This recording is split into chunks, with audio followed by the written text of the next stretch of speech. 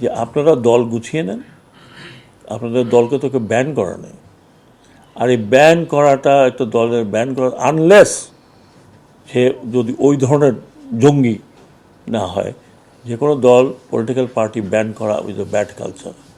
আমি আজকে সকালে বলেছি যে আওয়ামী লীগ একটি বড় রাজনৈতিক দল, প্রচুর ভালো ভালো নেতা আছে। আমি এখনই আপনাকে নাম বলতে পারি কার ভালো নেতা। এই দলটা একসময় বাঙালিদের সেকুলার পন্থী দল ছিল, মিডল ক্লাসের। মুসলিম যখন ছিল সেটা ছিল আপার ক্লাসের।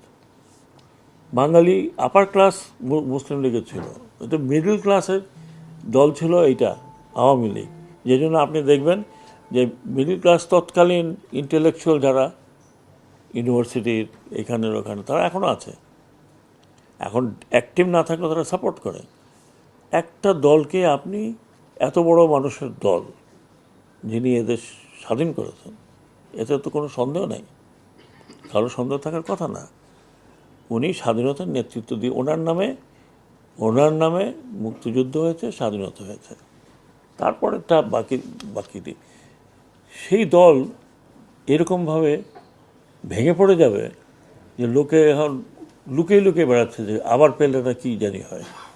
আমি ওনাদেরকেও আশা দিচ্ছি, কথা দিচ্ছি যে আপনারা দল গুছিয়ে নেন, আপনাদের দলকে তোকে ব্যান করা নেই।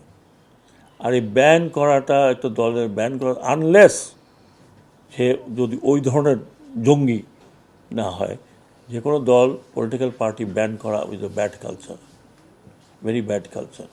জাতীয় পার্টির কী দশা হয়েছিল, কিন্তু বেঁচে গেল কেন? হোসেন মোহাম্মদ এরশাদ জেলের মধ্যে চলে গেছে, এইটাই ছিল তার সিম্বল। এবং জেল থেকে উনি 5টা আসন পেয়েছেন। হ্যাঁ, 6 বছর জেল ছিল। সেনাবাহিনী থেকে, ওনারা তো তখন ভেরি ইয়াং, সেনাবাহিনী থেকে বলা হয়েছিল যে আপনি বিদেশে যেই জায়গায় যেতে চান আমরা আপনাকে সেফ প্যাসেজ দিয়ে নিয়ে যাব, নাহলে আপনাকে জেলে যেতে হবে। আমি কোন দেশে যাব? আমি এই জন্য দেশে আমি কম্পেয়ার করার চেষ্টা করছি না, আমার চোখের সামনে যে ঘটনাটা দেখলাম ওইটাই বলছি আপনাকে। তো ওনারা আমাকে বলেছেন যে যারা শাহবাগে এই ধরনের বসে আন্দোলন করছেন ওনাদের বুঝাবেন যে it doesn't make any sense.